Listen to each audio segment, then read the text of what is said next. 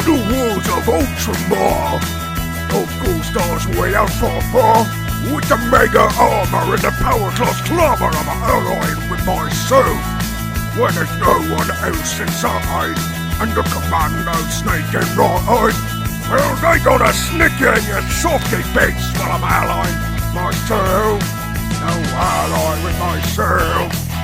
Ally with myself. We ain't gonna lose and we got nothing to prove and I'm allying with myself. And I know that boys don't like to get crump when wagons fight. I'll get my mega boss to take all the hits and I'm allying with myself. So let's take another mech and we'll make them hit the deck and make my boys stop running away. That's why I'm allying with myself. Ally with myself. Ally with myself. We ain't gonna lose and we got nothing to prove and I'm allying with myself.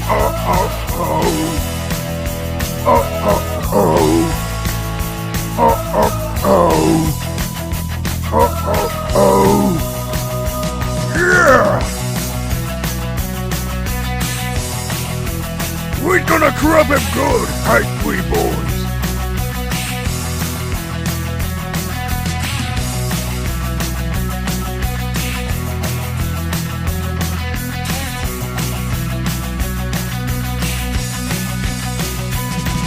I know you want a wagon, and maybe another wagon. So take a wagon and a wagon and a wagon and ally with yourself. Ducker Jets is the best. More Ducker is the cry. So make all the Ducker wash over the humans when you ally with yourself. Oh, ally with yourself. Oh, ally with yourself. If you want big guns and also some wagons, if you want a boss for your little boys, your 7 death threats needs a Drexamas. Ally with yourself. Ally with yourself. Ally with yourself. Ally with yourself. We play this game every way it's played. And we played every army there is. But nothing compares to the glorious joy of the war!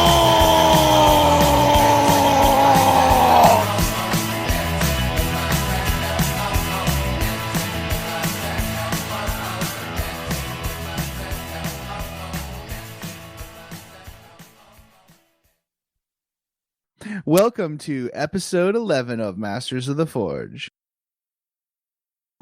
This is Adam. With me is Camille. Hi, guys. Emmy, Snorre. Woohoo! Woo! Snorre, Camille, Snorre. and Adam in the studio together. Yeah. Isn't that nice? Kinda. We're not actually right. together in the studio. That's Also, right. there For a is no later day. studio. In the virtual studio. We're pretty much just sitting around in front of our computers and wearing no pants. I am definitely not Indeed. wearing pants. Yeah. That is Same. legit. All right, nice. Yeah, and in our virtual gender neutral cave. This is getting ridiculous. That is so our thing, the gender neutral cave. It really is. Yeah. I noticed that you have some hobby progress, Snorri, and I think it's time for you to go first. Really? Yeah. Do I have to? Oh, No, we can make Camille go first and make him sad. You want to make Camille sad? Nothing to see here. It's pretty much on you, Snorri. I'm sorry, Snorri. All right, Camille's done. Snorri, your turn. Love you guys. Okay, so let's start with the stuff that people have already seen on Facebook. I painted some assault marines. Some crappily glued assault marines. You know, some GW plastic thick glue assault marines. Yeah, dude, I think that goes around. I think I have some really bad assault marines too that I had to spend hours sitting in my swimming pool cleaning. Yeah, in this case, I picked up all the unpainted assault marines that I had in my collection of Firehawks, and that was a total of 18. 5 of them didn't need any gluing. Mm-hmm. And everything from, just the head fell off to, both arms and shoulder pads, and half the jump pack fell off, the chest, the hip area separated, all kinds of things happened to these other models. So it was probably an hour of painting and 2 to 3 hours of gluing.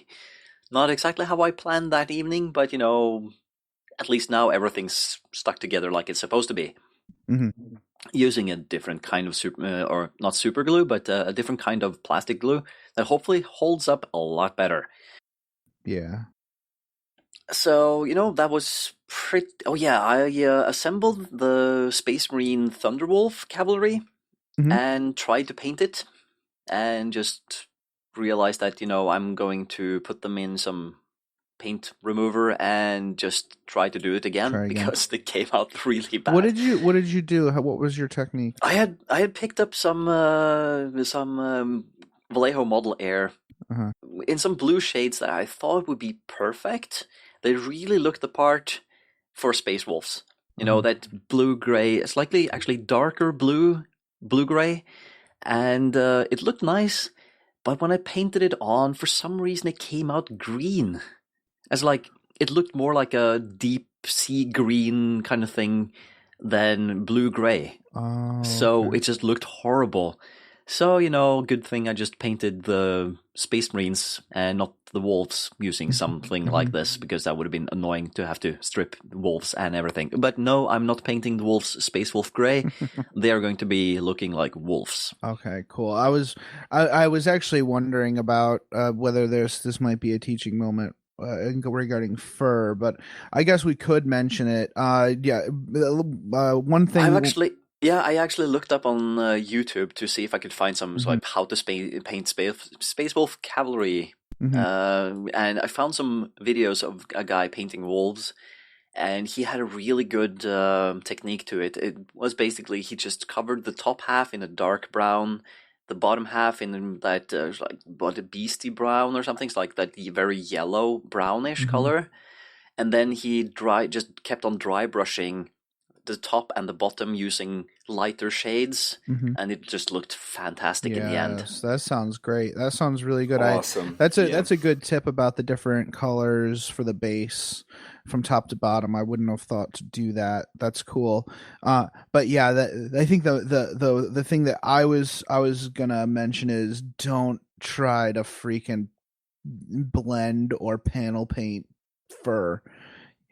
Therein lies madness. Even if you don't want to go like a fancy for dry airbrush, because that's like not up your alley. For my part, I'm like not airbrushing at all. Damn it, brain, stop spoiling what I actually am trying to say. Like the technique of dry brushing was essentially made for fur. Honestly, it's like there's absolutely nothing wrong. It's more like the opposite of wrong to dry brush fur. And if you do it patiently, like with very little pigment left in your brush, and like let's say in 3 or 4 shades that get consecutively lighter, honestly, with fur you cannot tell it apart from any kind of excellent dry brushing job if you practice a lot. And that is something that I feel like people underestimate what kinds of effects you can do with dry brushing if you just bring a lot of patience and some practice. Yeah, even my buddy who's been featured on White Dwarf Daily multiple times with his non-metal metallic gray knights, he uses dry brush techniques all the time. It's just a question of having control of the brush, not putting too much paint on the brush. A fur particularly, I would not do like a base color with a wash.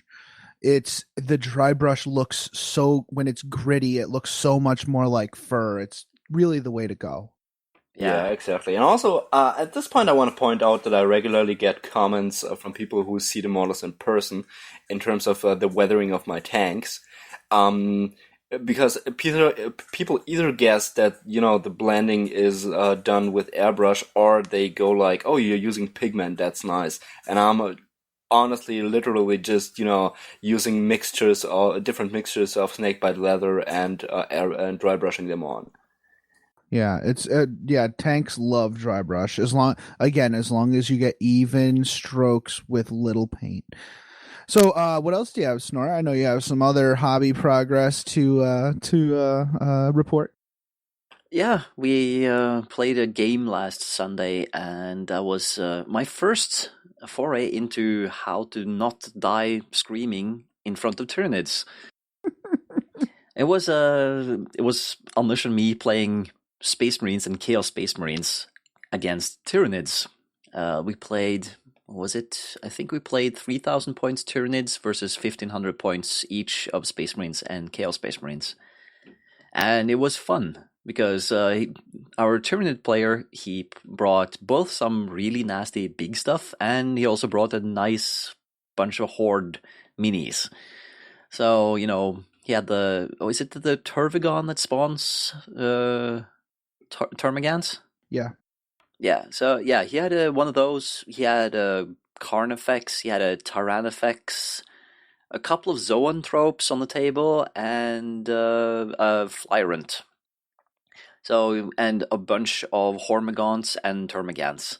A good mixture, like take all comers. Yeah, exactly. Cool. So we couldn't just flame our way through his army, and we couldn't just, last cannon our way through his army, because we needed something of everything.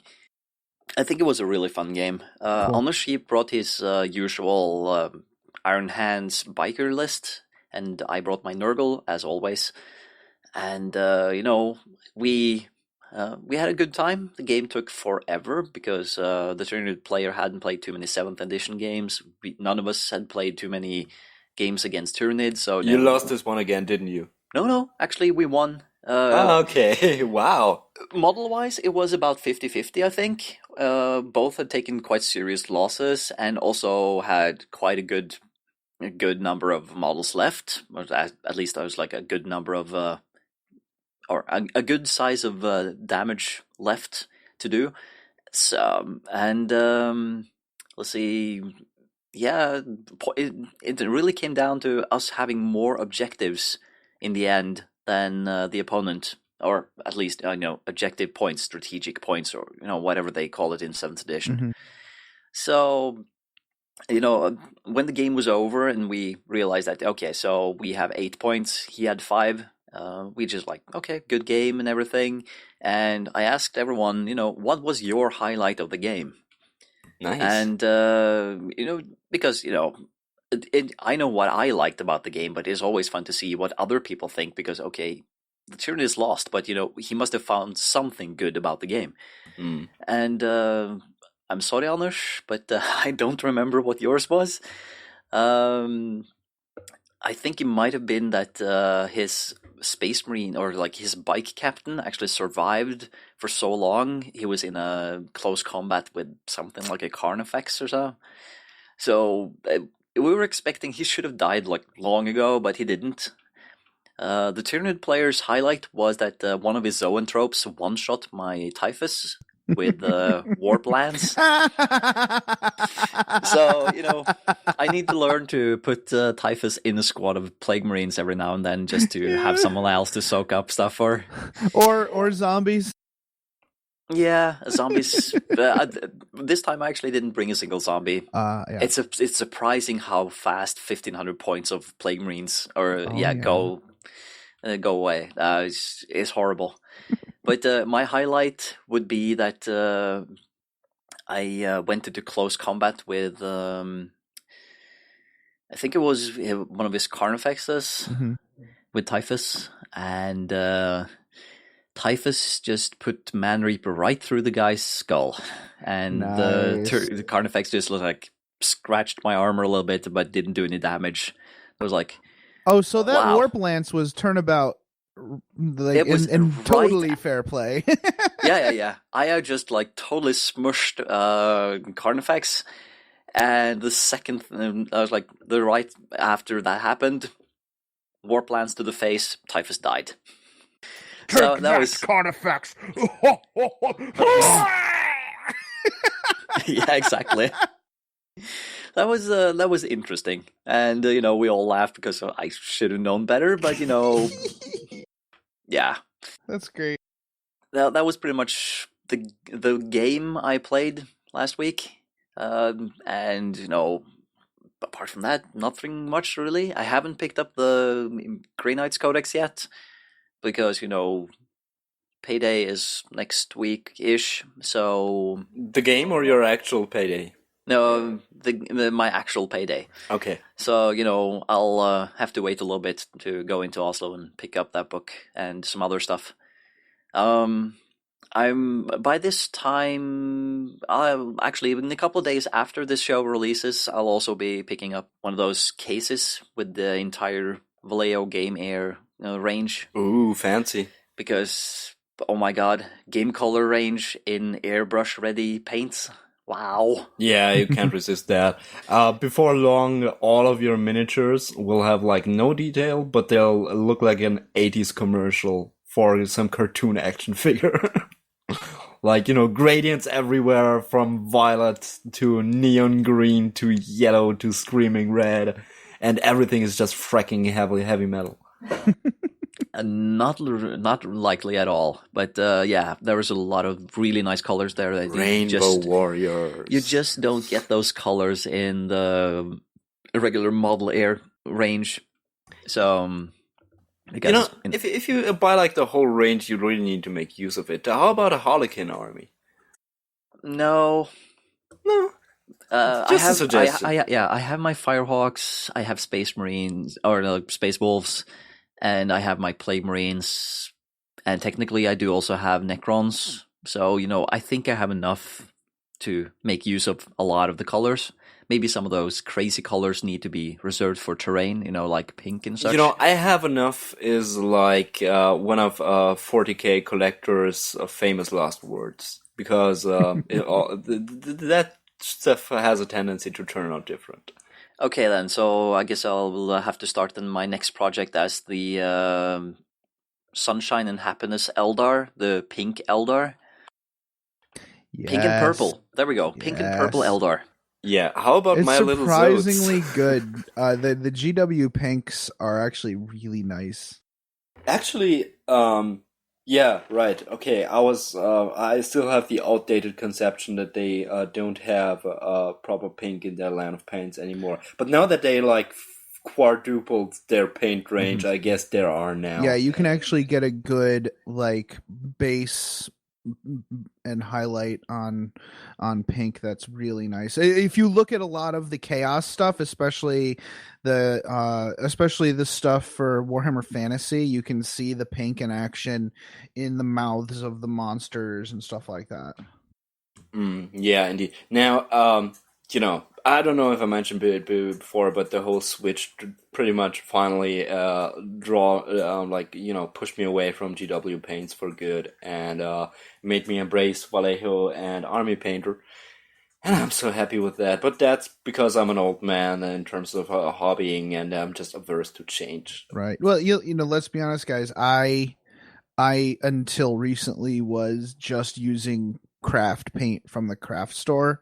So, this is using GW paint at all or using expensive hobby paint at all is a season change for me, basically. So I'll probably end up looking into other companies. But for now, the fact that all these colors are kind of laid out in their spectrum and in their uses is very helpful for me. Yeah, I'm just saying, as soon as you familiarize yourself with other brands and after you've used GW paints for a while, you learn to love the dropper bottles. Just warning you. I imagine. All right, Snorri, you have some more stuff. I know you do. Oh, you're trying to tease out the whole pictures of my Chaos Warhound, you mean? Yeah, dog. Yeah, so Tim and I, Tim from Carl's famous Sandbed Forge World crazy episode, he sent me some pictures a couple of days ago now, and they were posted to our Facebook page again. And, we had a chat a couple of weeks ago about, I want to do it's like a really dramatic, aggressive post, he's walking over, like hunched over, like really. And I was like, yeah, that's awesome. Maybe why don't we make him stomp a tank or something, like crush a tank? And I was like, wow, that would be awesome. And the other day I got the pictures. Actually, yesterday, as we recorded this, I got the pictures. So, wow. Tim actually built a rhino and then heated it up with a heat gun and mushed it to make an imprint for the foot of the Warhound, and it looks freaking awesome. It is so great. It is so great. You guys, you need to go to the Facebook page and like us, because you need to see these pictures, because it is so good. Yeah, Tim is something of a magician when it comes to this stuff, and everything is apparently ready to be bolted together and magnetized and everything, so that it comes apart and you can separate it for transport and make it easy to paint and everything. But on the table, it will be good, and when you put it together and put it on the shelf, it will not come apart apparently ever.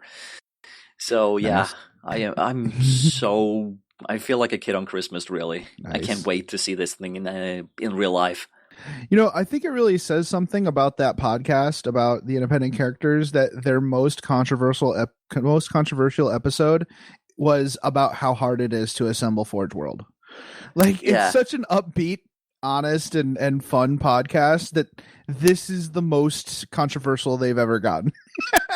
And at the same time, it seems that most people thought the episode was awesome, because as much as Tim went crazy on, was like, oh, I use this and I use this, and as many jokes as there have been made about the whole thing, I think people got so much out of that episode and realized that, well, this guy goes so far into the whole building with everything, like strings and wires, frames to make sure everything's okay and everything. You don't need to do all of those things, and suddenly people realize that, yes, there's quite a bit of work to do big Forge World models, but it's not something that's impossible to do.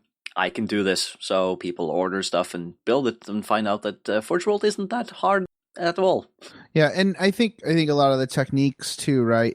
You can take it piecemeal. You can say, I'm having trouble doing this. I'm having trouble with maybe this. Maybe an arm that's too heavy to be simply glued on. They'll have tips for being able to assemble it in a way that it'll hold better. So even though it was like a lot of stuff, I think people can pick and choose their poison, right? So that was cool. So you can always do like me. When I get my Forge World, I scrape off the mold lines. Well, I haven't done any big models yet, of course, but I scrape off the mold lines and I fiddle a little bit around with the stuff, and it's just like, okay, glue there, stick together, done. No pinning nor nothing. But then again, I'm talking about like regular models. Right. Even I've started pinning some stuff, because it just I am a freaking monster with my models sometimes. Well, I sort of got used to pinning around the early 2000s, when you still had like ginormous metal dragon wings on a torso that shouldn't be able to support them really, and. Well, I don't know. I think in a way it's a bit of a dying thing.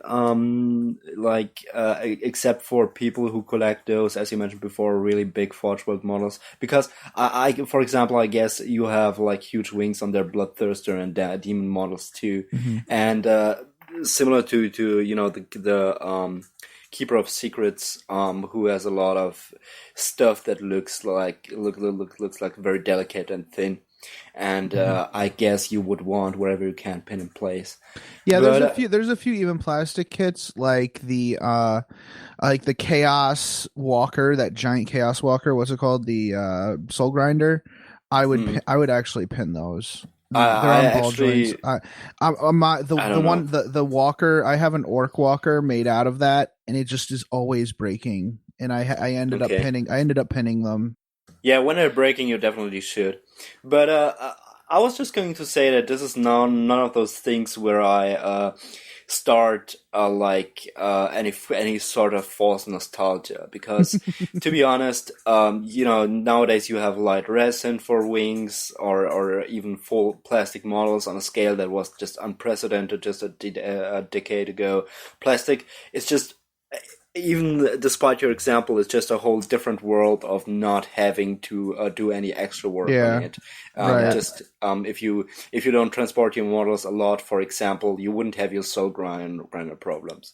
Oh yeah, I'm always that's my problem, right? I take my bag and I'm like, here's my bag, throw. Like, oh, I just destroyed everything. Yeah, exactly. You're just a clumsy guy. That's not gonna. No, I am. I'm a lumbering ox. And a lot of this is also down to just making sure you do the right prep work when it comes to gluing stuff together. And so if you use the right glue for the right job, then you get a long way just by doing that. Yeah.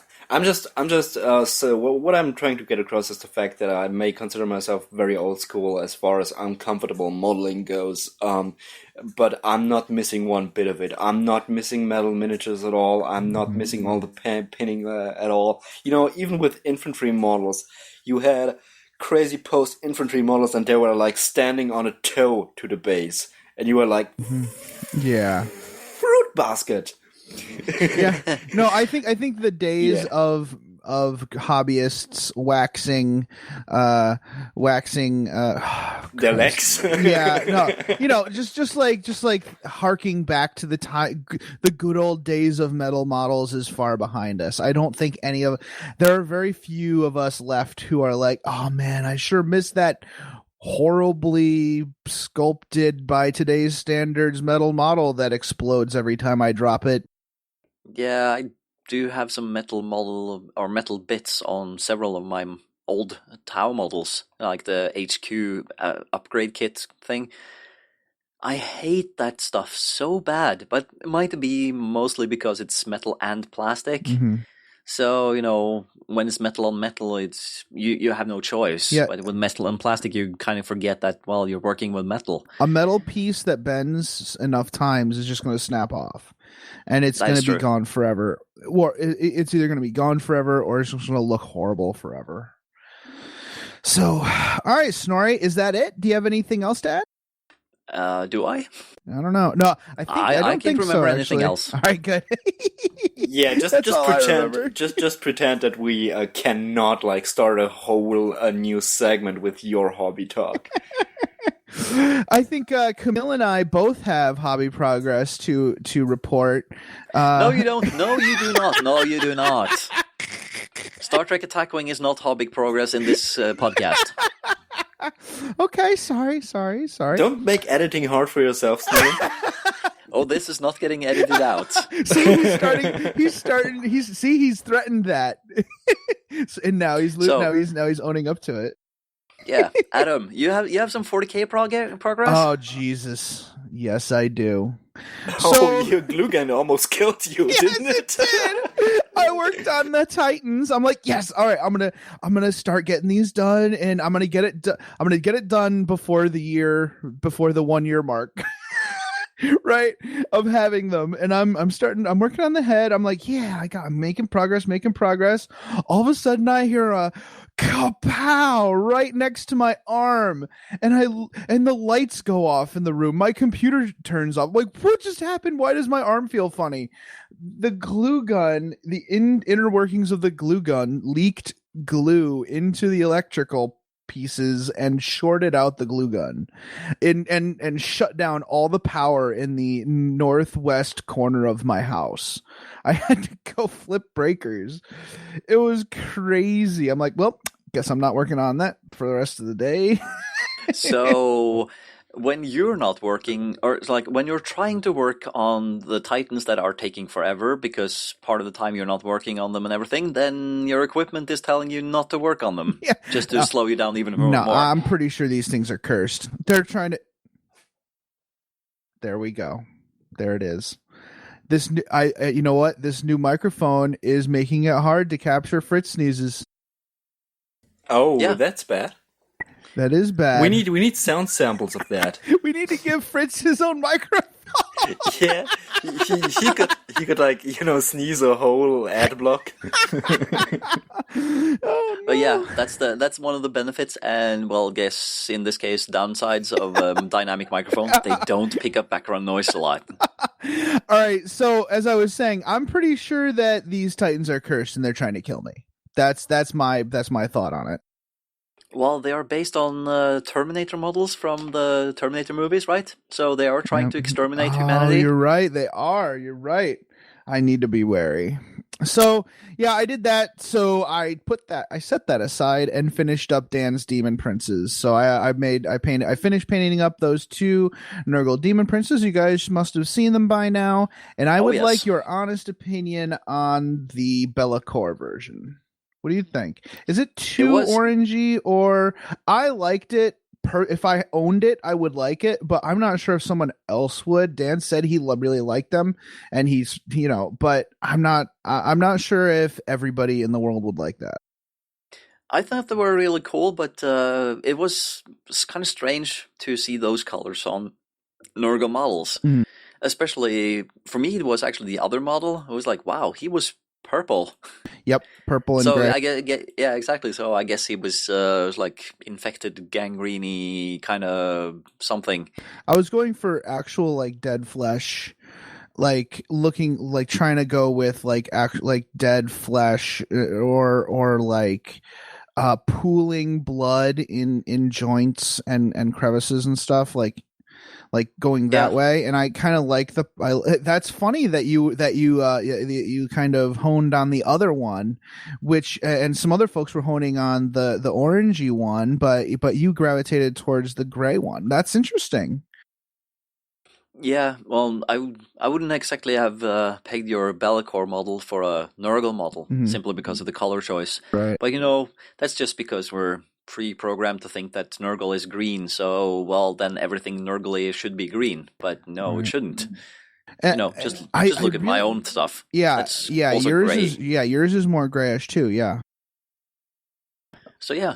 All right. I like them. All right, cool. Yeah, I should try to get a close up of the sores I put on the Bellacore one to kind of get. I think the pictures are a little. I should have done some detail pictures. I'll try to get some of those up before the show goes out and I get everybody else's opinion. So I did that, and he was very happy, and I was happy to finish it and get some Nurgle Demon Princes in my portfolio. I recorded with Jason from the Overlords about orcs, about the Orc Codex. So using his good, bad, and the ugly format. Expect that either in this coming episode of the Overlords or the next one. So it's either going to have already been released by the time this is released, or it will be released in a week and a half's time as of this release. Yeah, that kind of reminds me. I've kind of sinned on my podcast listening for the last couple of weeks. It's been so busy at work. Oh, by the way, hurrah! No more back to school sale for Staples. So yeah, I've survived another year. Congratulations! And that means I actually have time to do me stuff, but instead of just like coming home from work and just plonking on the couch watching a show while eating dinner and then going to bed completely tired. Does that mean inventory is coming though? Yep. Yeah, there you go. That'll be some work. Inventory is in, let's see, 2 or 3 weeks. I think 3 weeks. Oh, yeah. We when we had when I used to work at Walmart, when we had inventory, like that's when the kick plates come up and all the garbage we hid from the visiting, district managers had to be pulled out from the kick plates and counted. That's how we rolled at Walmart. The district manager's coming. Put all the crap that's in all these carts in the kick plates so that nobody sees them. Yep. Anyways, next up, that was fun recording with Jason. I wrote notes for that, but it degenerated. Well, I would say it evolved into a more of a natural discussion, and I did miss some things like how tank busters are super rad, but I think there's enough podcasts talking about how super rad tank busters are that I didn't really need to go into it. Yeah, I but know I'm you. I'm pretty sure Jason also was totally stoked that you use the word rad all the time. Yeah. He's trying to make that popular again. Dude, we know you. When you say that, the discussion developed, or it rather evolved into interesting directions, you just mean that Evolved. you guys took the off-topic train to Vegas. Sometimes, yeah. We did pretty good though. Please check it out.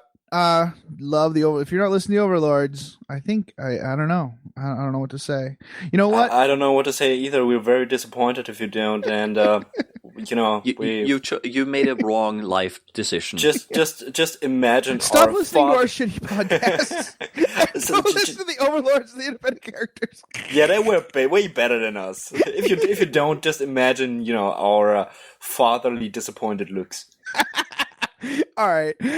So I said I wouldn't work on any orcs in the last episode, and I totally went back on that because I had to just cleanse my palate and delve into something I love. And I took one evening right the night before the tournament I went to last weekend, and I painted up 3 mechs. I built and painted 3 mechs with kill saws. Big mechs with kill saws? Nah, little mechs. Mech boys. Okay. All right. I fixed up some tank buster knobs. I had some knobs I have a lot of knobs laying around, and I fixed these up, gave them some rockets at the end of their big choppas. And so like they have, it's almost like a big choppa with a combi rocket on it, and they just point their big choppa at somebody and shoot a rocket. It's pretty great.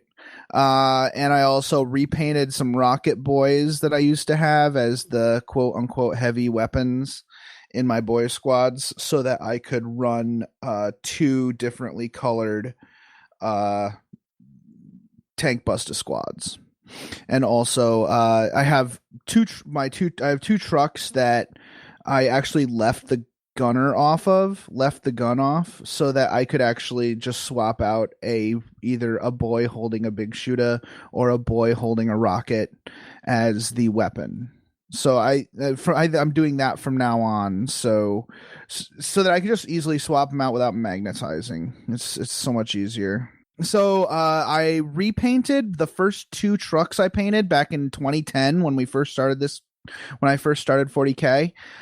These trucks were looking rough and actually had like several. It had already had a repaint attempt and also another clear coat, but I didn't strip it. I just went ahead and I painted them again, red and just like orcs would do it. Yeah, exactly. They don't strip. No.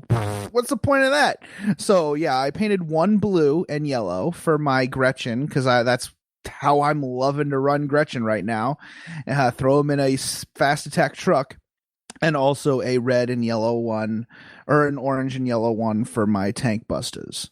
And both of those trucks, I kind of just chopped off the barrel of the big shooter, ripped off the ammo feed, and just stuck a rocket at the end of it, like the single shot missile launcher from the Basilisk kit. Orc players making descriptions of the conversions sound like acts of violence since 1980. Yeah, pretty much. I assaulted these bits. I did. So that was fun. I repainted, like I said, I repainted some of the rocket boys and stuff. And I started putting together some and painting some rocket options for my battle wagons. That's going to be a longer process. Because rockets are super rad right now. So I did that for the tournament. The tournament was fun up at Dirty Goblin Games in Queensbury, New York. The tank busters and meganobs were amazing as usual. I swear to God, I told these guys tank busters have melta bombs, tank busters have melta bombs, tank busters have melta bombs, but they just did not get the firing attention they deserved from my opponents. And I was hiding them in terrain and all that. And then, the trucks have a great way of surviving sometimes thanks to that 3 hull points. And the ramshackle isn't, horrible. I liked the old one better, but being able to reduce damage down to a glancing hit is pretty sweet.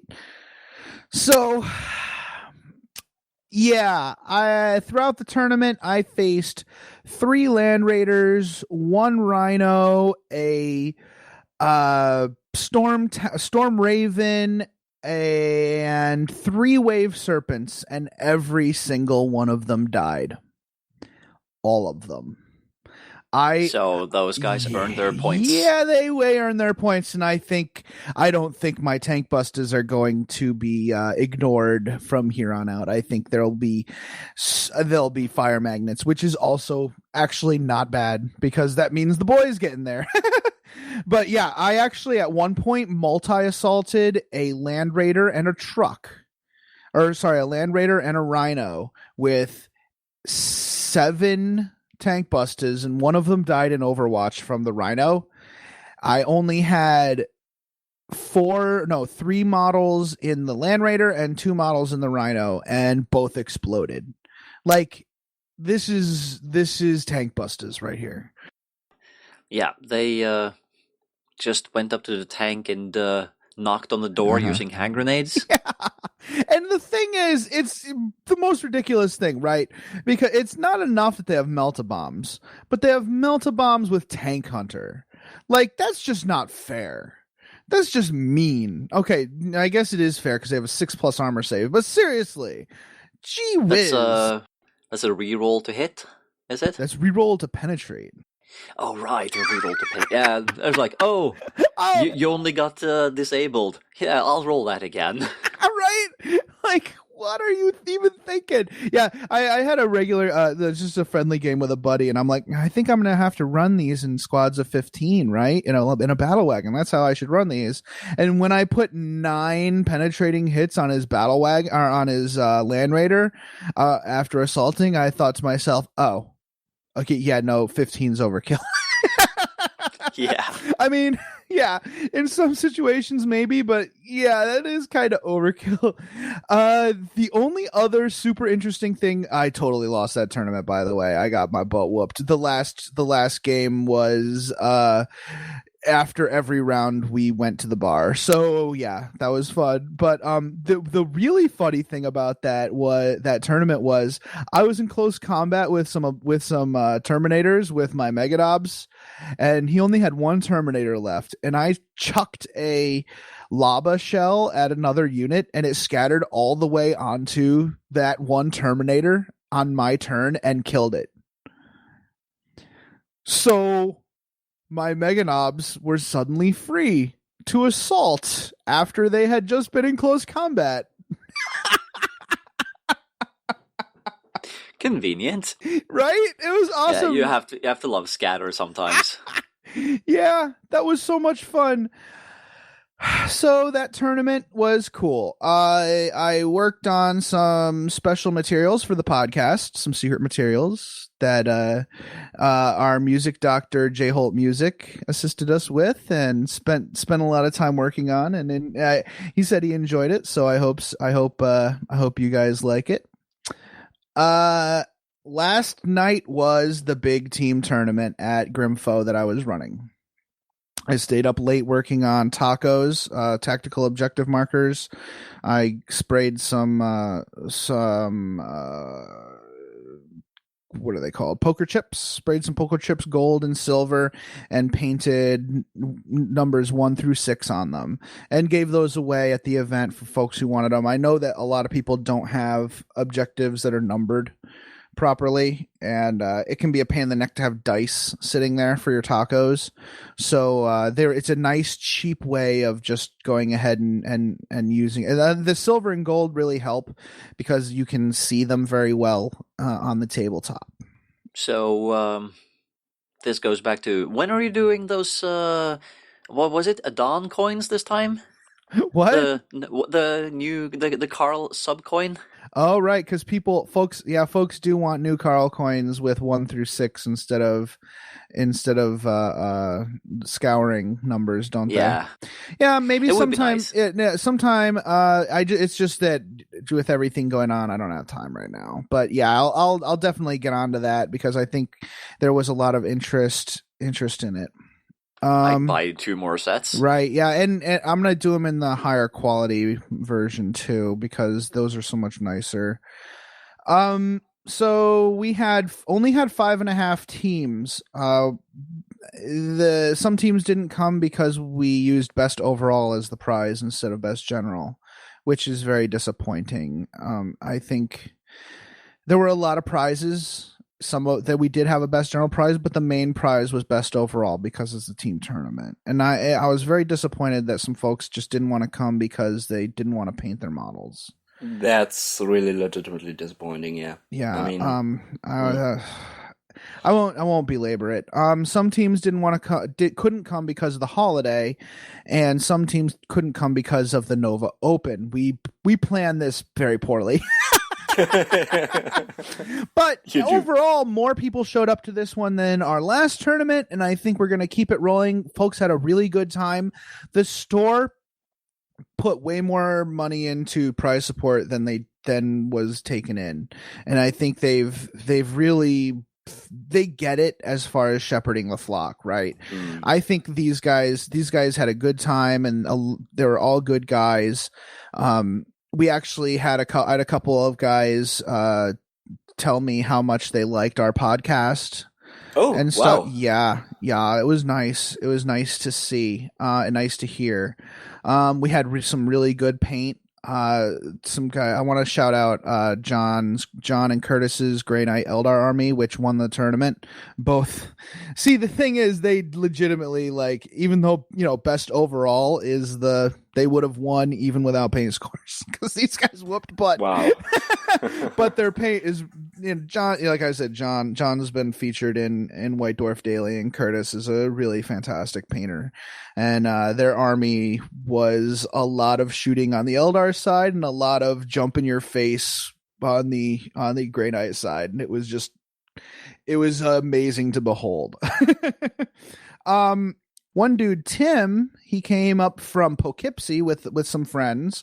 We had a bunch of guys up from Poughkeepsie. That's like an hour and a half, 2-hour drive.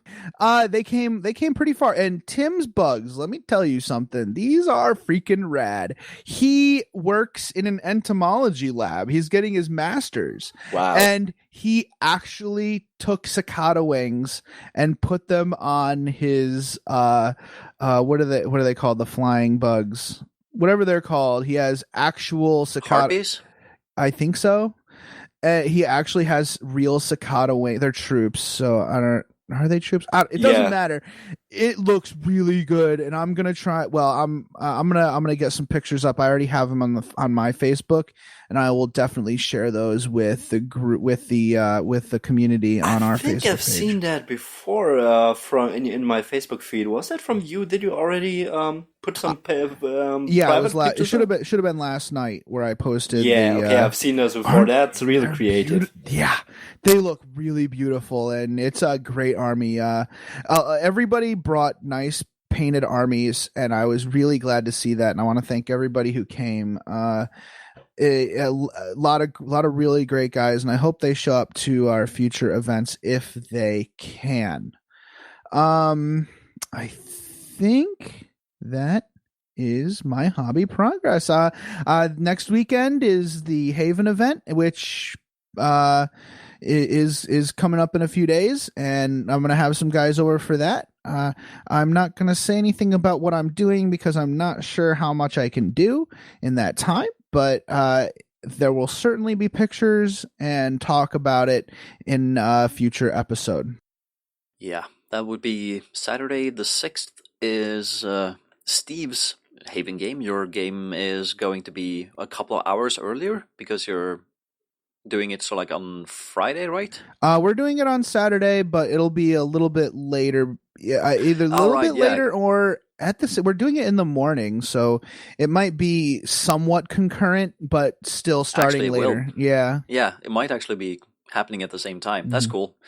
And I'm doing my own version of the Haven thing on Sunday, so the day after. Right. So, and guys, be sure to if the listeners do anything, please be sure to share it with everyone so that we can get like a kind of a quorum.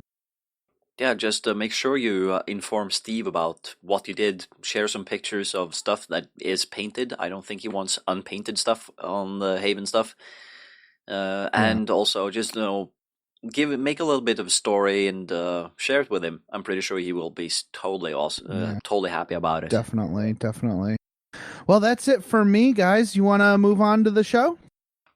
Yeah, I think we're good. All right. I think we're good, but I also think we're extra good. Isn't this the first episode where we feature our fade out, our new fade out song from Adam's writing and performance? I brought that up earlier. I hinted at that earlier. So yeah, I'm just saying, stick around for a little bit longer when we've gotten our show across, because it's worth it. I love that song. It's so cheesy. Speaking of songs, Adam, apparently because of your internet Z-list celebrity status, you inspired someone to make an orc song about one of your blog posts, which is also going to be featured this episode. Oh boy, I'm so excited. We're going to have music. It's almost like we're as cool as the Overlords. We're not as cool as the Overlords. Exactly. We are not. But yeah, the song we used to open this episode was Allied With Myself by Billy Idork. It was recorded and provided to us by SoundCloud user Kaiga12. That was really nice of him, by the way. Yeah, I loved it.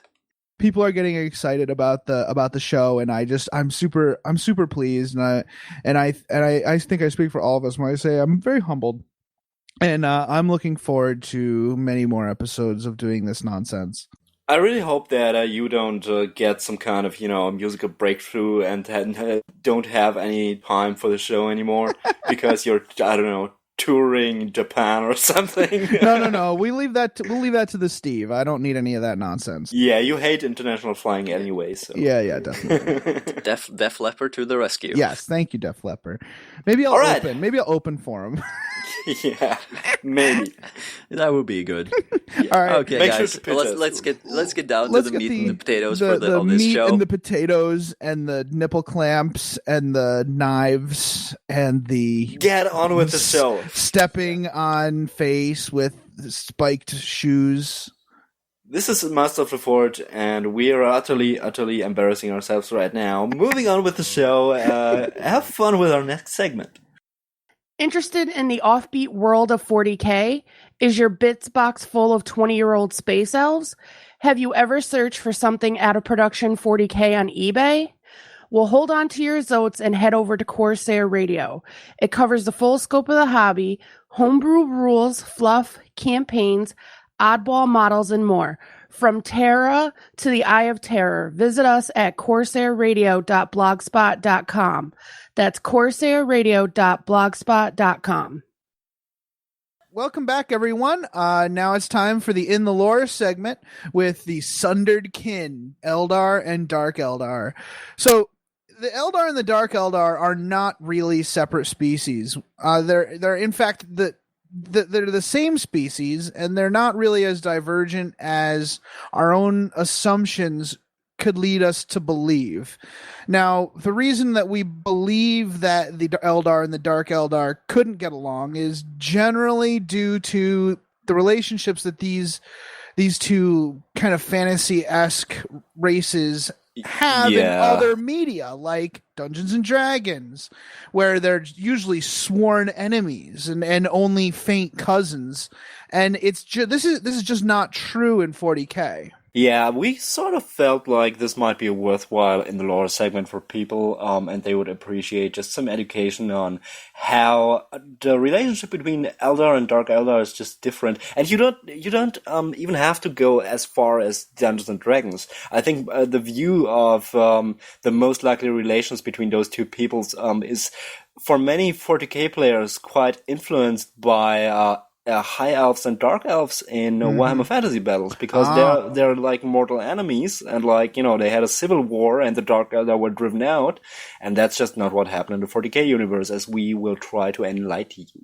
Yeah, fault and blame, does not fall solely at the feet of the Dark Eldar in any way, shape, or form.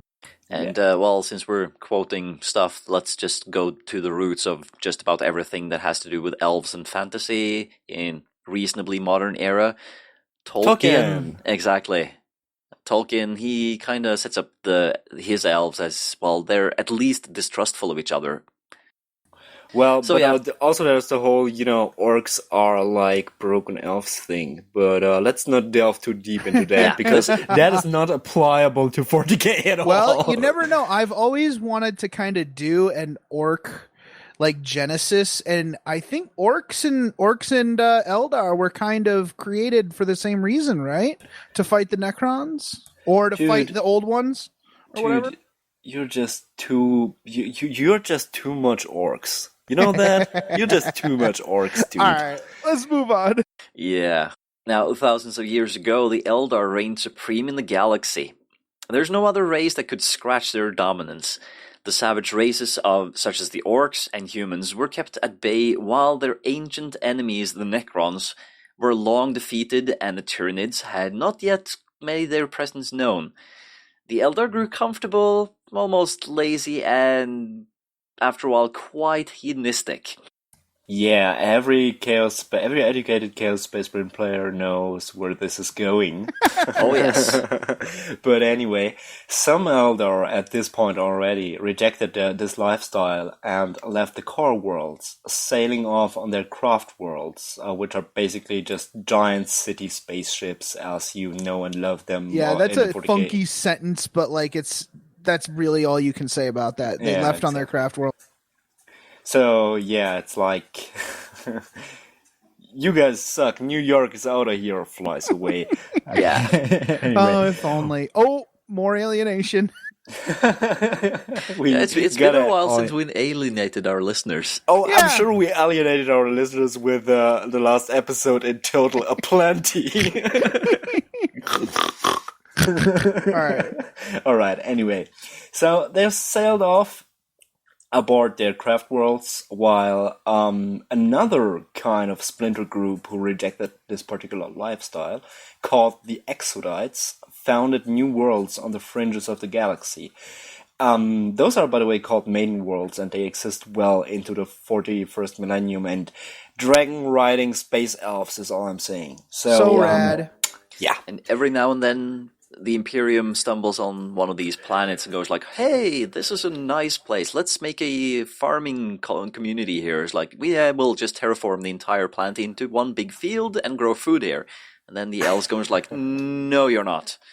Definitely. Anyway, meanwhile, the core world Eldar, so the ones still practicing the good life, discovered the webway, and they soon used it to further extend their reach in the galaxy, even building cities in the webway itself. Boom, boom, boom.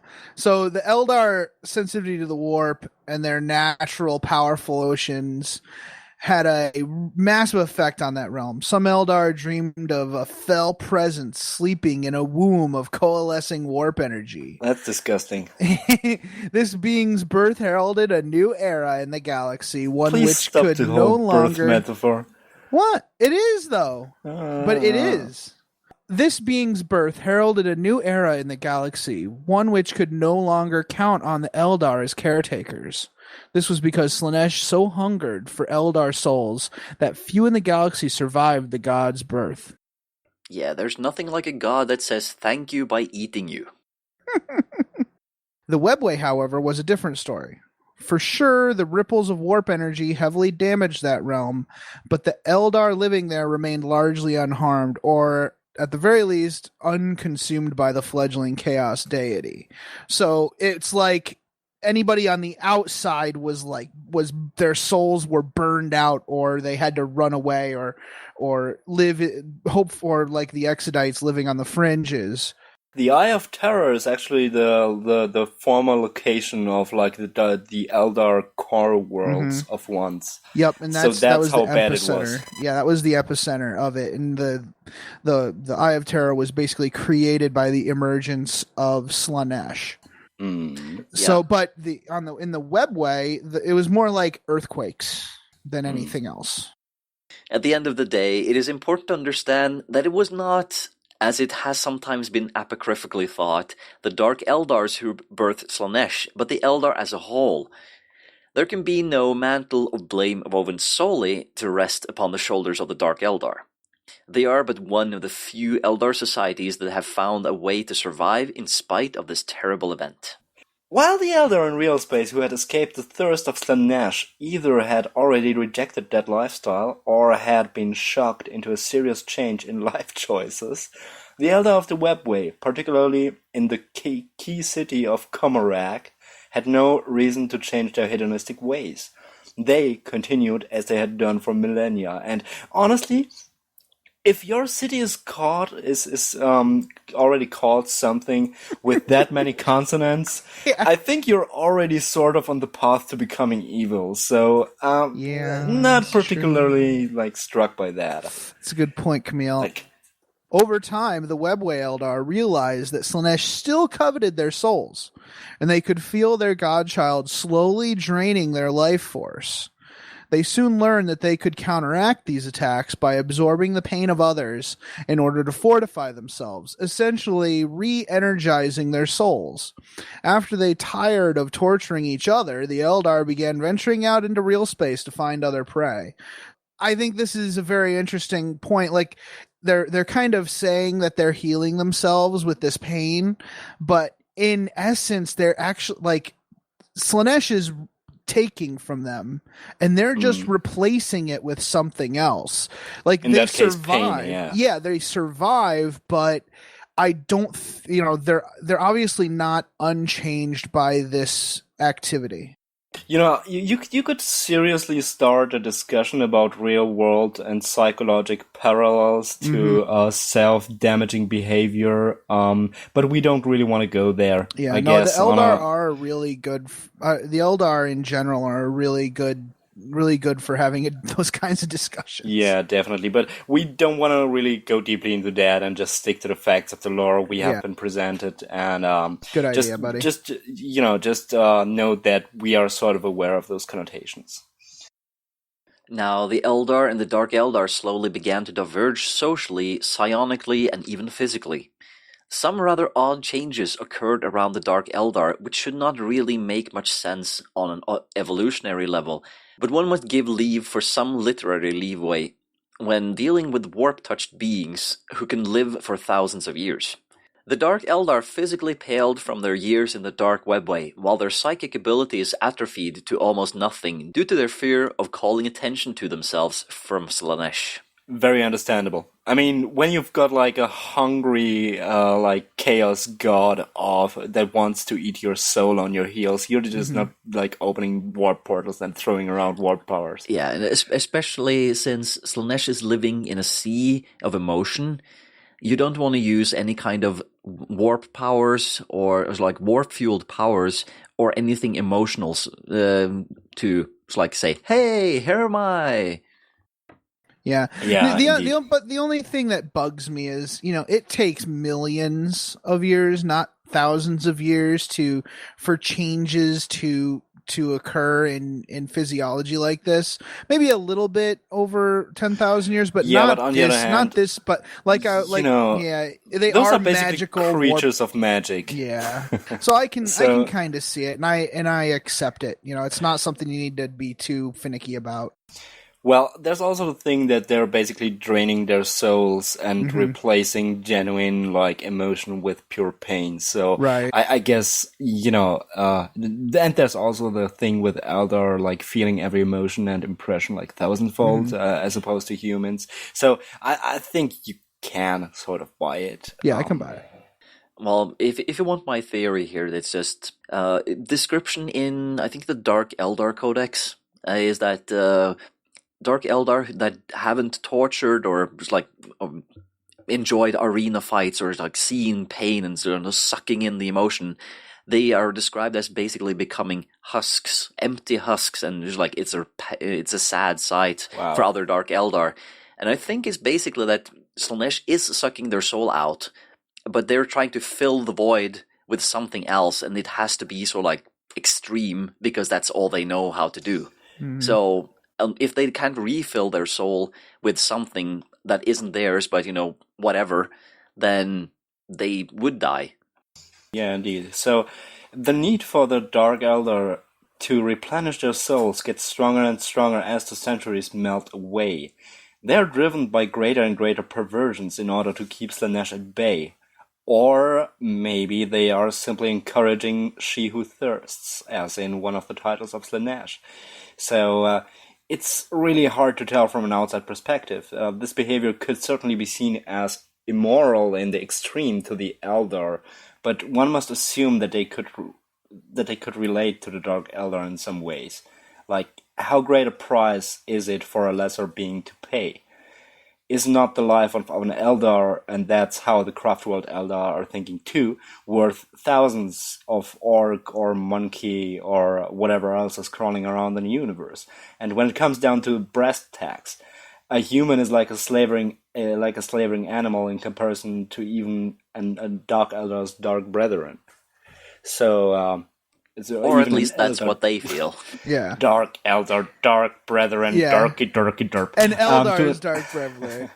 Yeah, to an Eldar's dark brethren, indeed. Yeah, and it's like it's almost like if you're a person and you have a child who like kills a mouse or something, you're not like, okay, this kid is deranged. But I don't know. I need to explain why it's bad to kill a mouse to this person, to this child. Yeah, or pour liquid aluminum into an ant farm or something like that. Yeah, that guy is crazy, but those are beautiful. Yeah, they are. Wow.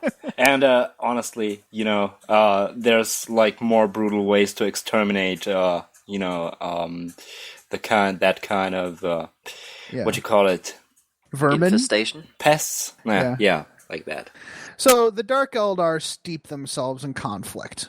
They've had a multitude of altercations with the Imperium and collect slaves of all varieties, including orcs and Tau. These enemies, however, are nothing compared to the depravities they deliver upon each other. The Dark Eldar society is competitive and soaked with its own blood. They aren't stupid, though. Cabals know that by working together, they can achieve greatness and take on juicier targets. And, again, going back to the Dark Eldar Codex, there's nothing like giving yourself to a homunculi so that he can drill out the insides of your bones so that they become light enough so you can fly.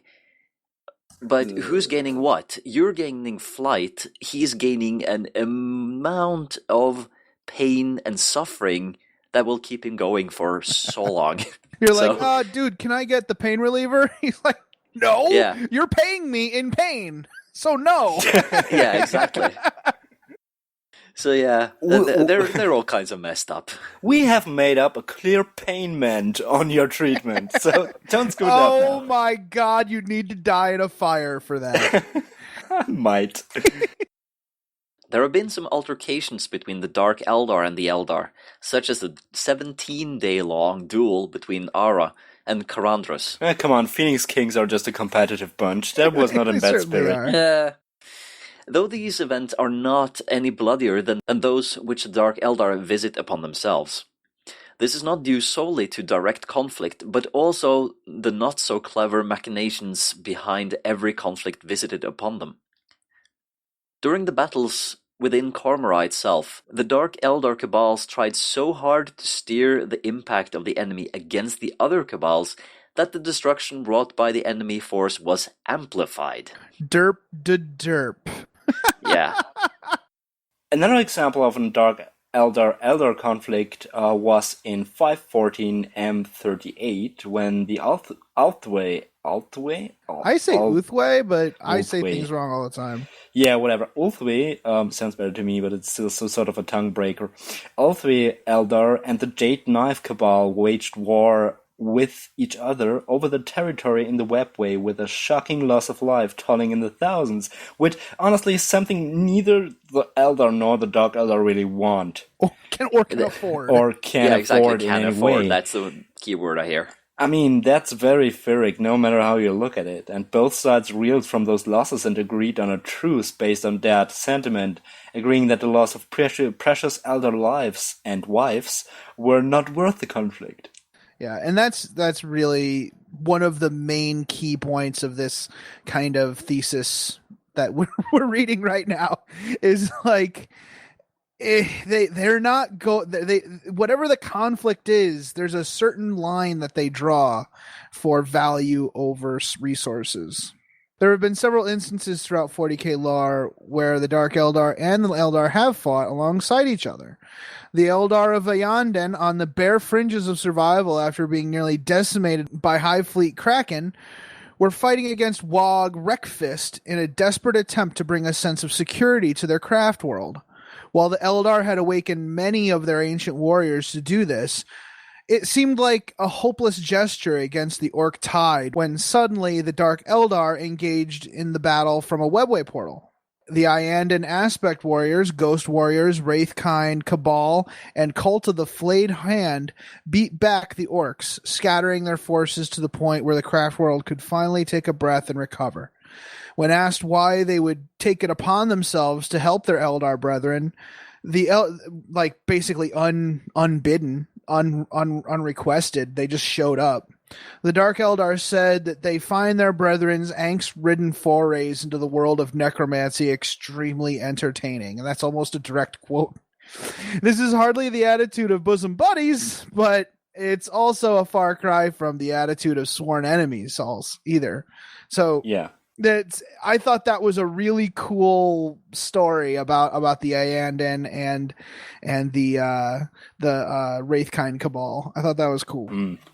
The Harlequins are one of the many bridges between the two factions. They resist all thought of the Dark Eldar and the Eldar as separate peoples.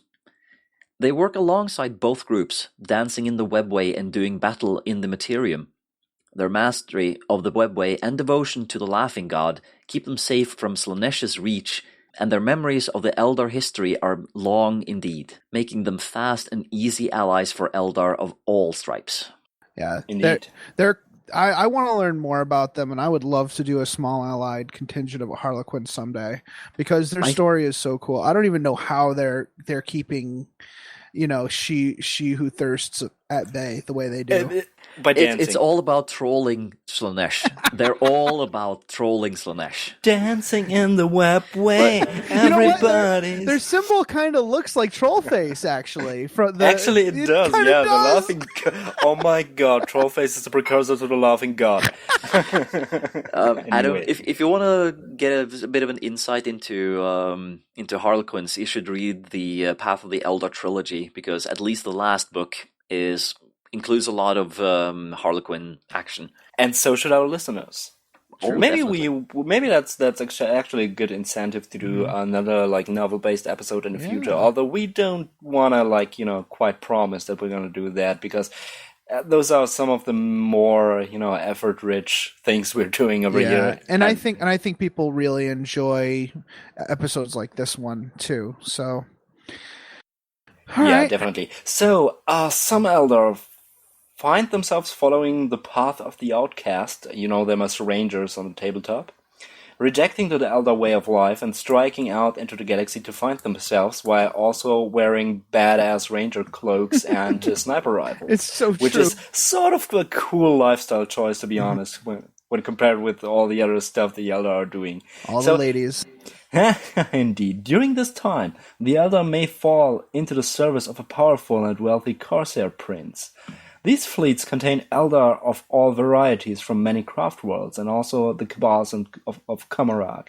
And to be honest, I feel like those are really underrepresented on the tabletop, like Eldar Corsairs. Mm-hmm. Sure, there's I think in one of the Imperial Armor books by Forge World, there's an actual Eldar Corsair army list, but I haven't delved into that deeper, and I haven't ever seen any done. I think that's is it the book number 11, The Fall of My Miara? It might be. I think my Forge World foo is a bit weak. I did look into that codex or that book a little bit for this episode, but not very deeply. But and I think these days you can really accomplish a lot of that by just taking two combined force organizations of Eldar and Dark Eldar, and it works. I bet it would work really well. I mean, a lot of people just take the Baron and do the super duper Death Star of Doom. But to be honest, I think an Dark Eldar, where you go 50-50 would also be pretty darn neat. Definitely, and I mean, it's definitely simpler to pull off and more logical than Exodites, but quite a few people are doing Exodites armies, I think especially because they have that appeal of something rare and something very out of there. So I think at one point in my life I want to do a Corsair army, that's all I'm saying. People dig dragons, that's for sure. Yeah. Anyway, their old alliance is sundered. The distinctions between the Eldar and Dark Eldar are blurred to myopic levels, is what we're saying. Word. So, sorry, dude. As with any faction in Warhammer 40,000, it's important to know specifics when dealing with an allied force. It may not be prudent to build an allied force of Uthway Eldar and Jade Knife Cabal Dark Eldar. Or maybe especially interesting. Yeah, but there are many instances where these Eldar brethren would fight side by side against a common foe. I'm kind of like hearkening to the Dark Angels and the Space Wolves, right? So like you could make an allied force of those guys, and they are battle brothers, but use your brain when you're making these, trying to make a nice like fluffy list. So these Eldar will fight side by side because they share a common lineage, not only in their genes, but also their society and fighting styles. It is important to realize that the Eldar and the Dark Eldar have but one true enemy, and that is Silantresh, she who thirsts. A far greater enemy than each other, and one destined to, one day, consume them all. And sort of the point of this episode would be to make clear that technically they're like not even really enemies among themselves at all. They might have become enemies if they would be like isolated from the rest of the galaxy. Like if you only had Eldar and Dark Eldar populating the galaxy and no external force to fight, there might be some kind of cold or hot war going on between them. But in itself, they're just two aspects of one people and very much feel like they belong to the same species. Yeah, exactly. I think that's sort of the main point here. And I think we can basically just say that Eldar and Dark Eldar are perfectly fine with each other. One is the guy that says, you should totally stop doing drugs. And the other one's like, you should totally do drugs. And of course you have the Exodites who are on the sides going, granola. You're definitely gonna have extremists who have skirmishes with each other, as you have with all kinds of peoples. But actually, I personally imagine the Dark Eldar and the Eldar the equivalent to like far left wingers and far right wingers, just because they have very different approaches to their political life and their ideology. And have very heated debates on the internet going nowhere. It doesn't mean that they're like out in the streets fighting each other with broken bottles. Yeah, and you know what? That's awesome, Camille, because I was about to make that same kind of, except I wanted to kind of like, it's almost like the gaming community, right? The 40K community is bound together by this game and our love for the game, and we can all really enjoy each other's company and throw dice. And it's very clear that there are very specific like political roads that people come from, socio-political backgrounds that they come from. But even though there are left-wing nerds and right-wing like dudes in this hobby and in this community, we all can get together and enjoy the game and discuss the game without letting that kind of wreck anything. I mean, there are a few of us who've gone a little too far and who've let that happen, but just like the Dark Eldar and the Eldar, but at the end of the day, the most of us don't worry about that because everybody has their opinion. And even in-game, we kind of have that three-faction thing going on with the Imperium, Chaos, and all the Xenos. And then again, there's like win at all costs versus lore-focused gamers, and so on. Beer and pretzel people. Let's belabor this even longer, shall we? Yeah. No, just one closing thought that occurred to me while we're doing this, and this is something different, I promise. It's basically about the fact that the 40k lore is definitely designed towards you have an army, it belongs to a particular faction, but you should find some kind of reason to, battle with people who play the same faction. And you have a lot of that in the Imperium, like, misunderstandings, like ideological differences, crazy warlords, overly radical people, and so on. Orcs just like to fight among themselves, because it's fun. You've got Necron dynasties plotting against each other, sometimes even, pulling off that kind of skirmishing and so on. But I feel like in the past, like during 2nd edition, before the introduction of the Dark Eldar, as far as I was aware, you never had that kind of aspect with the Dark Eldar of, or rather with the Eldar, which then existed as the sole entity next to like Corsairs and Exodites. But those people would like never fight among each other because they were so precious and rare. And with the introduction of the Dark Eldar, they too got sort of an ideological counterpart within their own faction and race, which is like not the default enemy and the mortal enemy of them, but where you could imagine that kind of conflict. I think that's kind of interesting. Mm-hmm. Yeah, I think they have a lot of similarities with the other races, like you're saying. So, yeah, I can see an excuse to either have them as friends or even fight against each other. Yeah, pretty much. Sort of, two, as I said in the very beginning, I think two sides of the same coin. Mm-hmm. Yep. Well, I hope everyone enjoyed that short and sweet little In the Lore segment. Please stay tuned for more information on, we did some Dark Eldar and other Xenos terrain that you can use in your games. White Stag's independent characters hobby progress challenge thread because the Sons of Sanguinius need to get their pretty hair did. For the On the Tabletop section today, we have some terrain for you that can be used by a myriad of Xenos races. Now, since Games Workshop has seen fit not to release any of this, at least for the time being, I think it's up to all of us to kind of come up with cool ways of representing special terrain for the Xenos races on the tabletop. So the first one, we're going to do two to start that kind of segue from the Dark Eldar segment, and there'll be pieces of terrain that can be used by the Dark Eldar. And your first one is actually inspired by a very concrete and real piece of work that somebody on the Independent Characters Forum did, right? Yeah, that's right.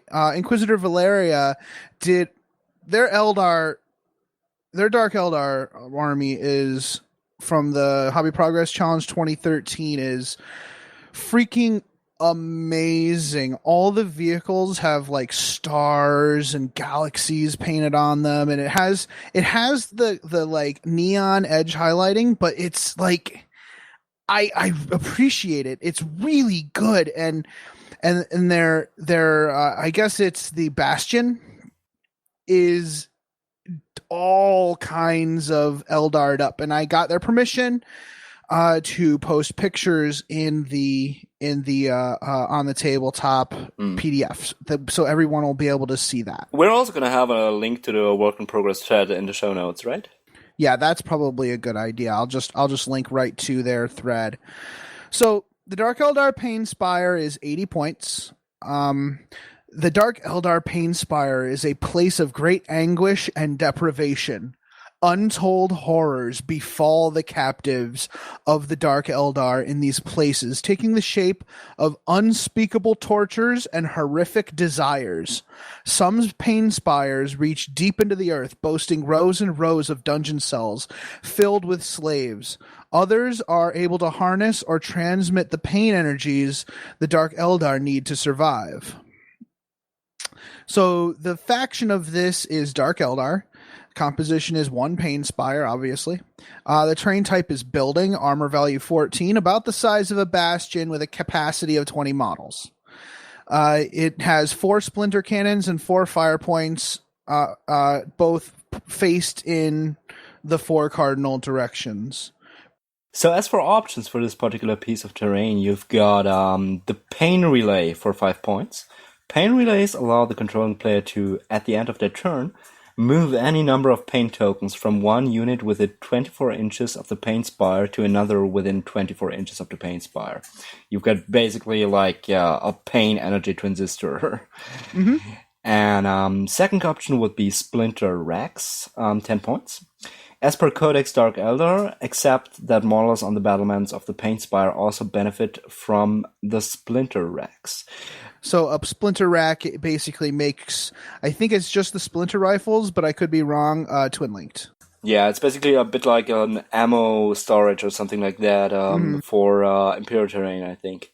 Mm-hmm. So the Red Room of Pain, it's 30 points, and the Pain Spire boasts a torture chamber equipped with implements capable of inflicting unspeakably horrific acts of depravity upon those within, like usual Dark Elder fare. When it has a unit embarked, it gains the ability to generate one pain token at the end of the controlling player's turn, placed on any unit within 24 inches. Whenever a pain token is generated, roll a die. On a 6, one model in the unit is removed as a casualty. And the last option would be the emplaced Darklands battery for 30 points. A single emplaced twin-link Darklands turret may be added to the roof of the Pain Spire. It's simple to the point. I don't know if you got the Red Room of Pain as a little homage to 50 Shades of Grey. I haven't read that. I'm sorry. Oh, I haven't read it either. It's just a thing. Oh, and Inquisitor that's what you're saying Valeria's- now. Yeah, and Inquisitor Valeria actually has red LEDs inside. Yeah, you can see that on the pictures. It's awesome. So cool. Definitely And poor is. tortured Imperial Guardsmen manning the splinter cannons. All right. Anyway, this is basically the point in this on your tabletop segment where we break off from terrain rules inspired by something by a piece that another gamer in the international community actually did. And from now on, we've just basically designed some things that we felt would be cool additions to your Xenos forces. Word. And next up is the Tau Force Field Relay Network for 110 points. A number of pillbox-like automated force field emitters projecting man-high protective beams of energy. It can be comfortably deployed during civil security operations or military campaigns from orbit, aircraft, or by infantry in battlesuits, as a reinforcement to a defense line, a makeshift fortification, or even to secure the rear during offensive operations. So, obviously, the faction is Tau, and the composition is 3 relays. This is a impassable building with an armor value of 12, and each is about 60 millimeters in diameter. That's a cavalry base if you have Thunderwolves, which I've been working on lately. Aren't Thunderwolves on 40 millimeter bases like Terminator? 60. Oh, really? Okay, I didn't even know Yes. that. It's the same base, I think, as Dreadnoughts. A Dreadnought. Okay, all right. Yeah.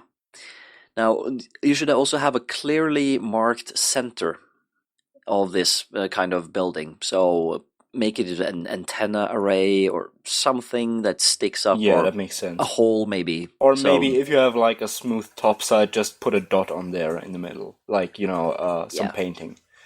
Yeah. Weapons attached? No, none. The Tau have plenty. Yeah. Exactly. It may take items from the Stronghold Assault's obstacles list, and it may add up to 2 additional relays for 35 points each, bringing the total of relays up to 5. The special rule for this piece of terrain is called Force Field. The controlling player may choose to draw a man-high invisible line between the centers of each relay at the beginning of the turn to represent the force field. You may only have one force field connecting 2 relays. If a relay is destroyed during the enemy turn, the owning player may immediately redraw the broken connections. Right. So if you have 3 relays in a row and the middle one is broken, the outer two relays can redraw with each other. Yeah, exactly, but they don't redraw like two fields, but only one, because a relay can only ever be connected with one other relay by one force field. Exactly. Yeah. Now, friendly units being shot at through one force field gain a 5+ invulnerability save, or a 4+ if you get shot through two different force fields. Yeah, and that can happen because, like, if you have 5 relays and they form like a U form, you know what I mean? Yeah, like a triangle or even a box. Yeah, exactly. You could go through 2, and this is kind of the friendly thing. We were thinking that, maybe the Tau would have some kind of device on their armor that lets them disrupt the field, or there's just some kind of AI in the field that immediately lets them move through the force field, and it just turns it off for a split second while they go through it. Yeah, so enemy unit, like the units of the enemy player, do not get this benefit. Right. Just read Savage Scars if you want to know how this works. Right. Enemy units moving through one or more force fields treated as dangerous terrain, except for skimmers, jump infantry using their jump packs, and similar things.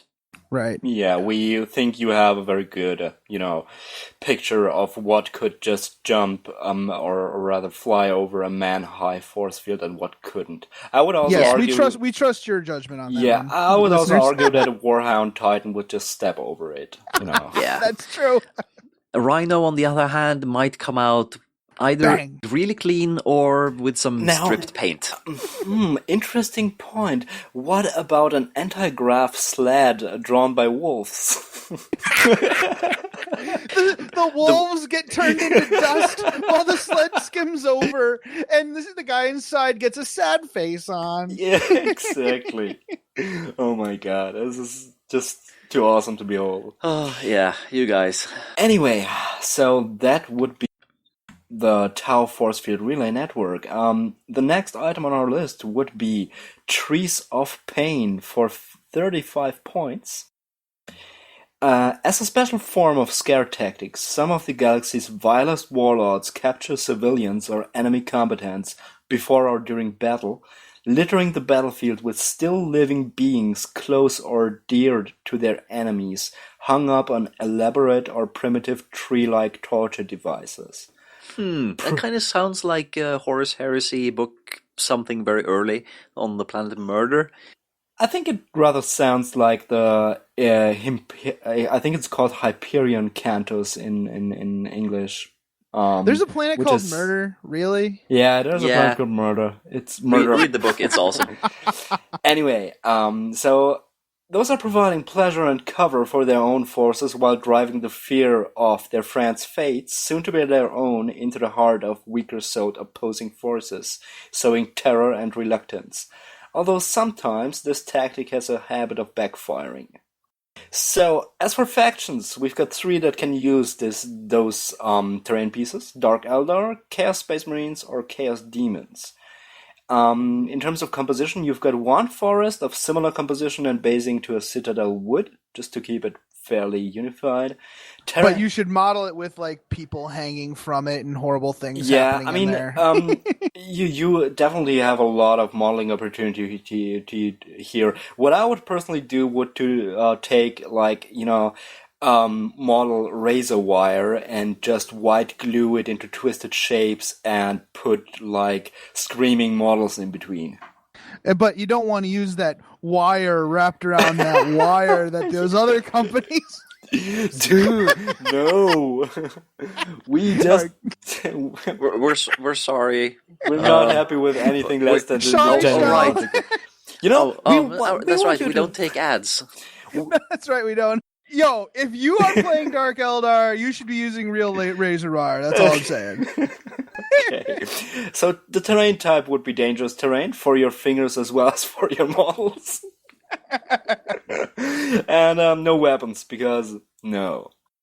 Yeah, it's trees. Trees don't use weapons unless you're playing fantasy. Alright. Yeah, mysterious forests and everything. Anyway, special rules, there's 3. Cries of Agony would be the first one.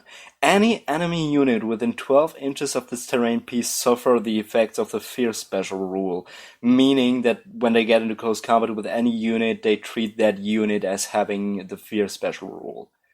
Because Fear is a close combat thing only, regrettably. Second rule would be a Horrible View. When targeting a unit partly or fully covered behind or within trees of pain during the shooting phase, an enemy unit must perform a morale check. If failed, the targeted unit receives a +1 to their cover save, representing their, reluctance to just blaze away through that particular forest full of their own people, where they're tied down and being tortured. And rule number 3, that would be the part with the backfiring. Get him down and give him peace. An enemy unit which fully enters the Trees of Pain terrain may decide to go to ground on the spot, representing the horrified warriors making an effort to release their comrades or protectees from their agonizing struggle. As soon as the unit gets back to their feet during the next turn, as per the go-to-ground rule in the basic rulebook, all 3 special rules of the terrain are ignored for the remainder of the game. The opposing player receives 1 victory point for performing this action on all enemy Trees of Pain at the end of the game. So the whole all Trees of Pain on the table basically only refers to if you have if you're playing somebody with multiple Force Orcs and he got a chance to take 2 of those. Yeah, this thing is cool. I love the ability to kind of take away the special ability, and it makes it a nice cheap fortification that you can buy. Yeah, now the next piece of terrain I've written specifically for you. Do you want to take it away, Adam? I'd love to. It's a Snotling infestation.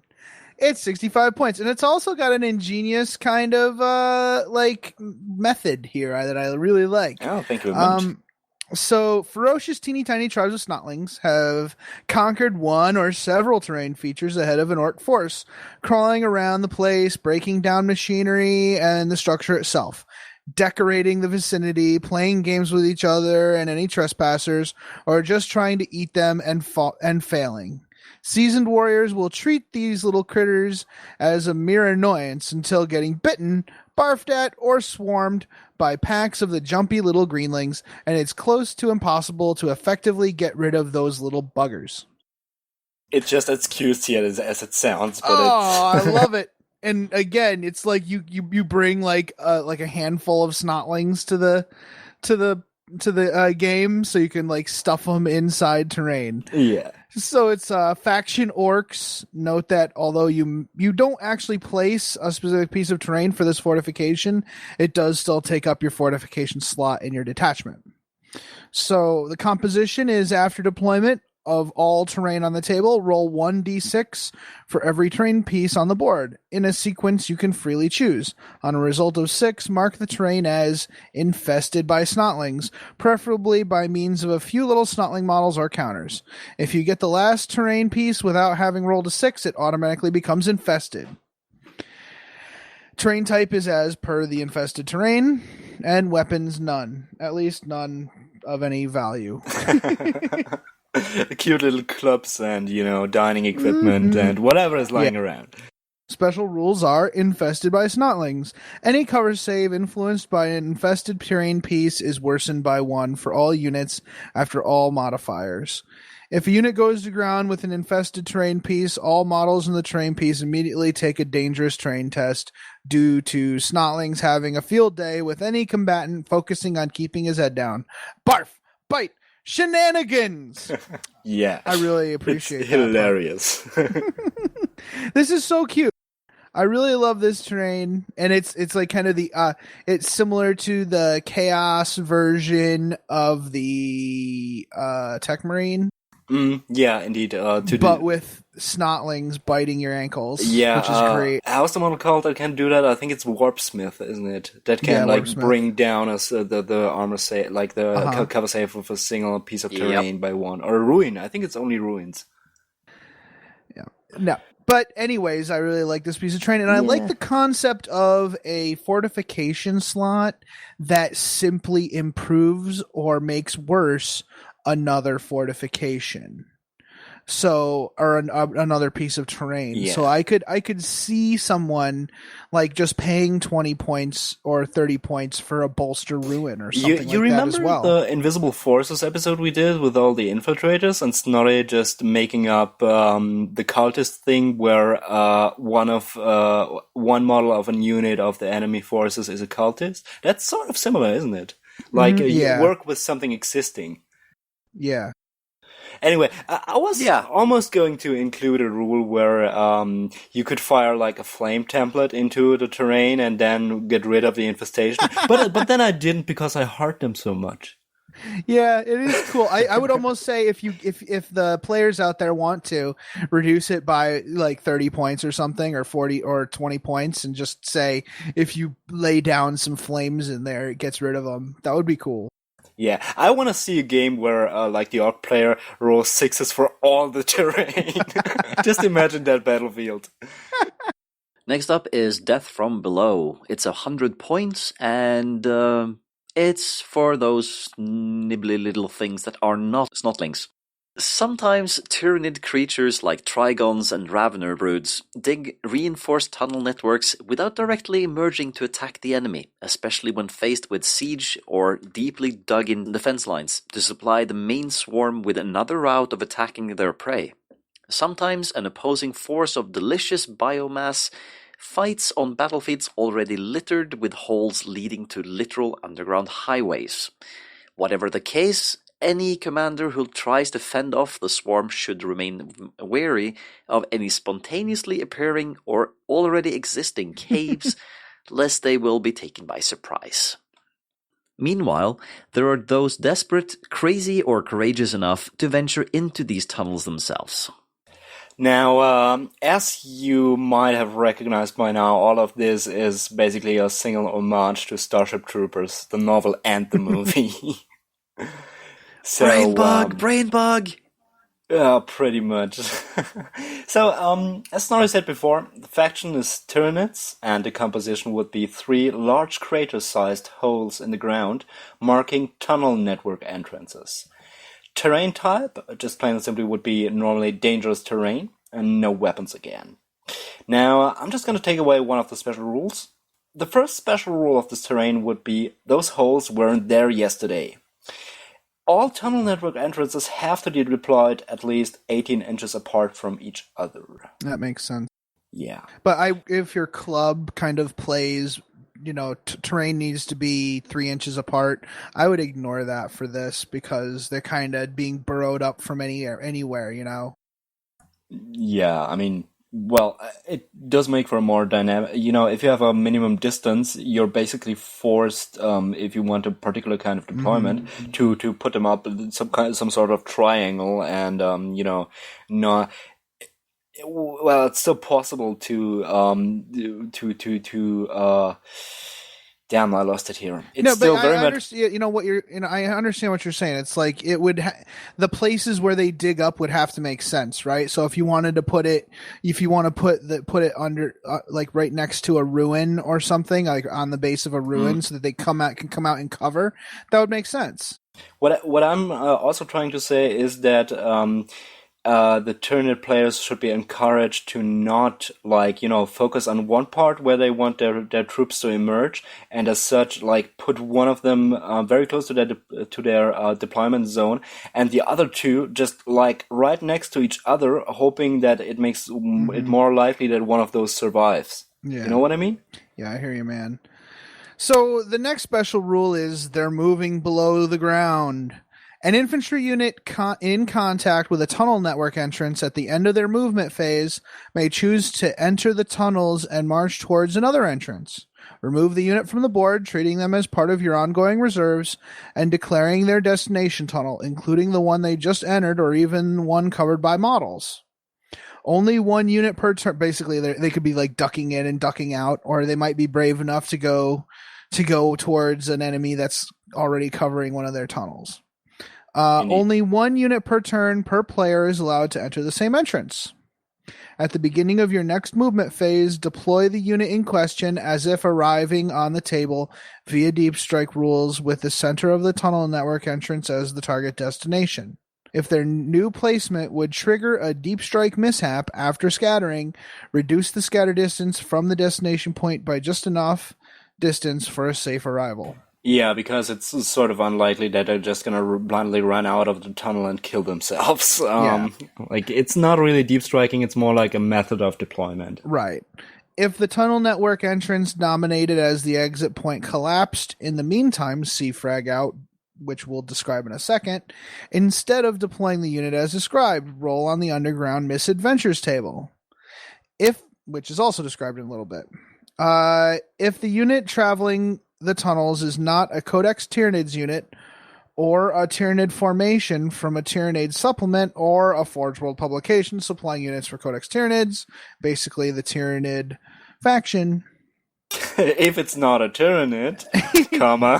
And a double is rolled with the scatter die, roll on the underground misadventures table. If the unit survives, all of the models in the emerging unit must also take dangerous terrain tests. Yeah, that's for non-Tyranids, for the possibility of non-Tyranid units crossing the tunnels, just getting attacked by bugs in the darkness or something like that. And it just adds to the coolness factor if you have those daring human or whatever troops actually traversing those tunnels but suffering losses due to things they can't even see down there. Now, in what shapes can those losses take, Camille? They could like fall into sinkholes, or the rear guard could take a wrong turn and get lost, or there could be little absorber swarms or other bug critters down there who just eat away at the squad, sort of Jurassic Park style, like Jurassic Park 2: The Lost World. Mm-hmm. Where they're getting attacked by those tiny little dinosaurs nobody takes seriously, the and that one, yeah, and one of those, and that really cocky guy gets eaten. Yeah, that was awesome. So we have rules for that. Indeed. That was actually what I want to represent with the dangerous terrain test that non-Tyranid units have to take when crossing the tunnels. I've been setting you up to do this underground misadventures table for the past 5 minutes. Yeah, definitely. But anyway, underground misadventures table, now twice mentioned, but we're finally getting to it. So this is a regular D6 table, like the Deep Strike Mishaps table. Result of 1 means whatever it means, eaten by the darkness. Nom.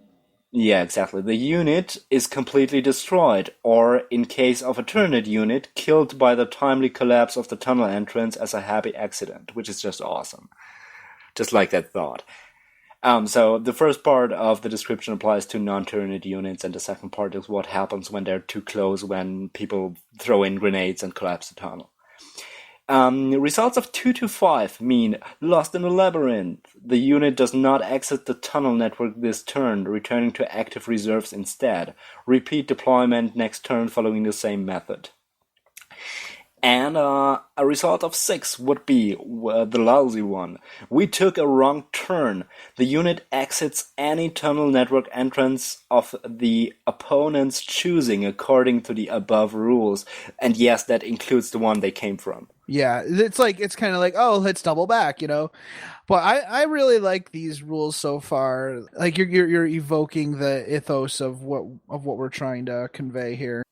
Thank you very much. I think so too. Note how I put an exclamation mark between the name of every special rule in there, just to have you imagine the screaming sergeant from Starship Troopers just calling it out. Like, and it's important, and that's almost a trope of 40K anyways. So yeah, it's very in keeping with the GW methodology. So kudos. Yeah. All right, you want to take away the frag out rule? Sure. Frag out. A tunnel network entrance may be shot or assaulted like a building, but may only be affected by grenades. So it's basically the troopers running in there and tossing a grenade into the hole and hoping that it collapses. Yeah, Vietnam style. Mm-hmm. And Starship Trooper style, right? Definitely too, yeah. So they treat it as an AV-10 building, and any grenade with the blast special rule has a +1 strength. So frag grenades are treated as strength 4. Exactly. Instead of dealing normal building damage, whenever a glancing hit is made against the tunnel network entrance, place a collapse token on it, and whenever a penetrating hit is made, place 2 collapse tokens. If a tunnel network entry sustains 6 collapse tokens, immediately treat it as difficult terrain without any further special rules for the remainder of the game. Exactly. And if you had any units, or the enemy had any units heading there from last turn, you know what to do. Mm-hmm. Yep. That's it for our Xenos terrain segment. I hope it's the first of many because there's a lot to explore. And I cannot wait to try out the Trees of Pain. Yeah, I would actually very much like to convert some, because that's an awesome modeling, project right here. With I'm just fascinated by the thought to take some razor wire like material and just entwine some models in dangling poses with screaming faces in there, and also make the terrain. Yeah, I think, I mean, if you were really gonna want to go overboard, because I was just considering how I would pull it off for my Chaos Space Marine Slaanesh War band, or rather for my Emperor's Children, and with a lot of Noise Marines, you could have actual amplifiers among those razor wire trees that just amplify the hell out of the screams of those damned souls. And if you really wanted to go crazy, you could have an actual MP3 player playing a sound loop of screaming with little speakers built into the terrain. Nice. Yeah. Now, but I totally agree. I hope we can do some more of those segments. And if you come up with any awesome ideas for non-imperial, non-standard issue terrain that could use some rules, just go ahead and post them on our Facebook or message us, and we'll definitely consider them for our next segment of that kind. Cool. Well, we'll be right back. Are you looking for a good hobby blog? Are you in need of a tutorial? Maybe you just want some inspiration to help you get started. Well, look no further than the 40K Hobbyist. Drew is a 40K hobby veteran with more than a decade of GW hobby experience under his belt. Follow one man's journey through the hobby as he dabbles in new experiences such as Forge World Titans, building terrain tables, starting new Space Marine chapters, and much, much more. Stop in for modeling tips, tutorials, bits theory discussions, and just to see some darn cool models. If you have any questions, you can always email him, leave a comment on his blog, or reach him through Facebook. He's always willing to do whatever he can to help expand the hobby and make you feel the best painter that you can be. Stop in and check out the 40K Hobbyist at 40khobbyist.blogspot.com.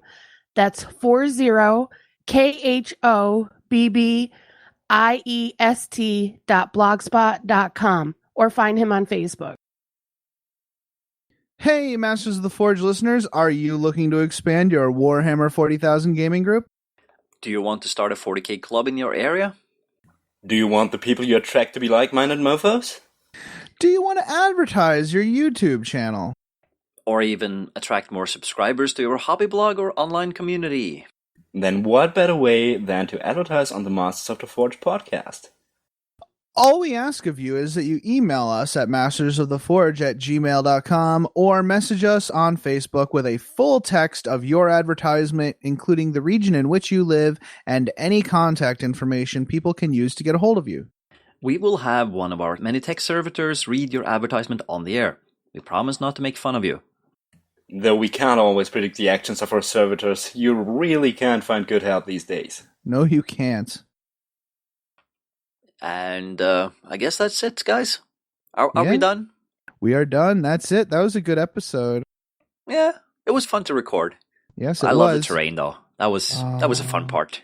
That was cool, and I like how we tied it into the fluff some, but we also added some other stuff, which I think we should do more often, because why not? Why waste an opportunity if we don't have a subject for it, right? Yeah, sure.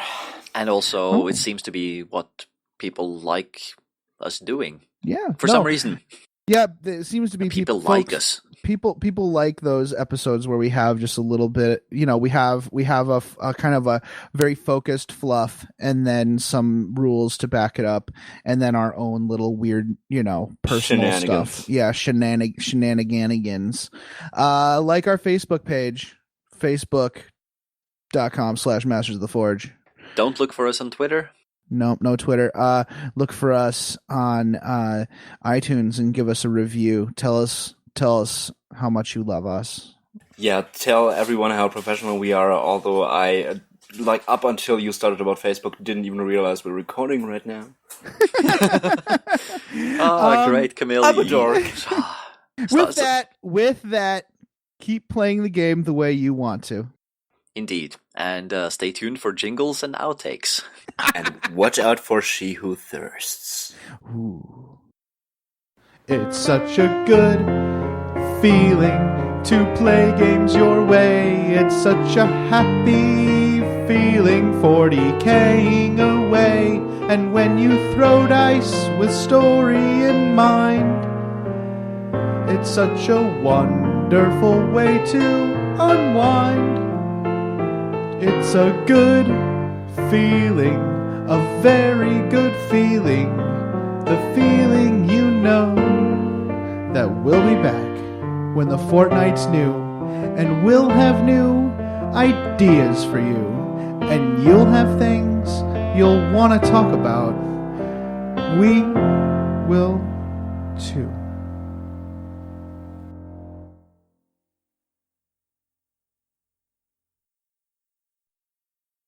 This podcast is protected by the Creative Commons Attribution, No Derivatives, Non-Commercial International License. More information about this license and contact information if you have any requests can be found at our blog, mastersoftheforge.com.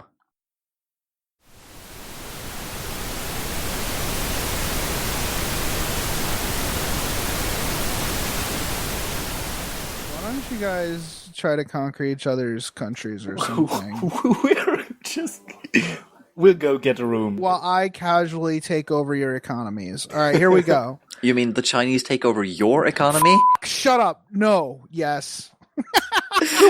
Gas guzzler. It's so awesome to be an international podcast right now.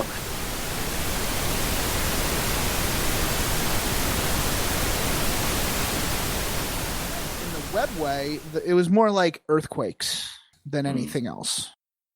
So the Webway Elder were basically the Japanese Elder, and that explains it all, honestly. Because earthquakes. Sure.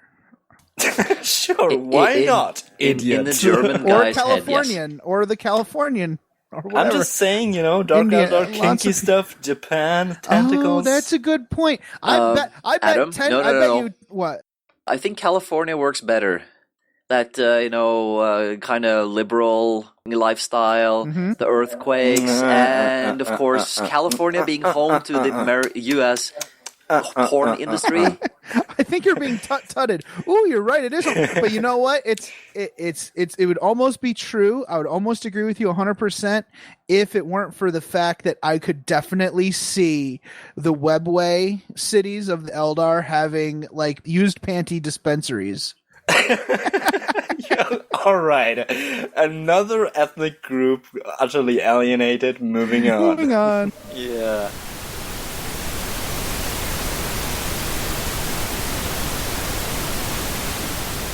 Enters the Trees of Pain terrain may decide to go to ground on the spot. Or on Camille's mom. F*** you. Representing the horrified warriors making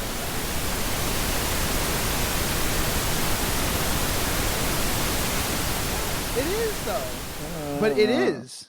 If it makes you uncomfortable, I'm sorry, but sometimes humans have other bits that are not dangly, and things happen there, like the miracle of life, like bee and flower bits. Listen, I know this makes you uncomfortable, but grown-ups sometimes talk about this.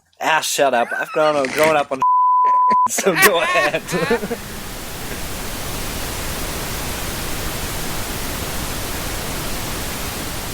Adam, I choose you. Talking attack. Saber Rider. I don't even know. Okay. That was the wrong whip. I was actually talking to a guy at work. He was just buying some stuff, and he's like, cool sweater. Didn't know you could get Thundercats stuff yet anymore. Ooh. And he was like, hey, you know that? I was like, yeah, it's one of the, I guess, upsides of having been kid during the 80s. I was like, yeah, well, most people are just like, oh, cool logo. Whatever. Yeah, I fondly remember Thundercats too. They had a Kick-Ass theme too, but I'm not gonna go back to singing anymore. Thundercats! Wow! Yeah, have you seen the ring? I didn't like Thundercats. No. Thundercats pissed me off because 4 days out of the week was Transformers, and then Friday was miserable because it was stupid Thundercats with stupid Snarf and stupid Wily Cat and stupid Wily Kitten being dumb. It just pissed me off. And then there was Mask and Lone Ranger. Mask can go itself. Yeah, I'm just saying. I didn't like Mask at all. I was like mostly like 90% like a Teenage Mutant Ninja Turtles kid.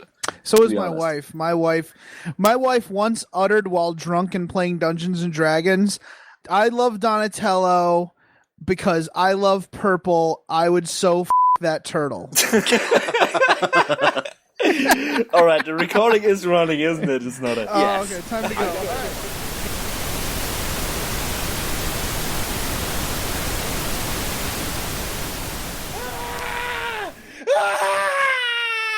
Oh God!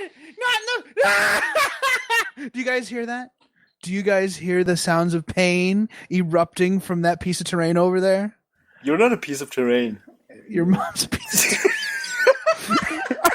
terrain. Sorry. I was doing Your so mom's good a piece of scenery. Yeah. And everybody goes to ground on top of her.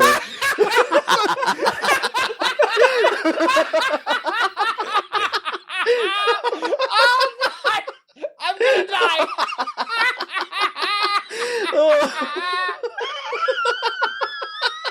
So would you say that I'm just in contact with your mom, or am I within your mom? You're partially.